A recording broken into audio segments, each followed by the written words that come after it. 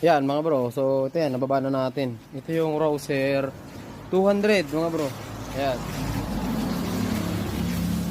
Rouser 200, galing po ito ng Taytay. So ayan, hanggang dito lang yung video natin ano mga bro.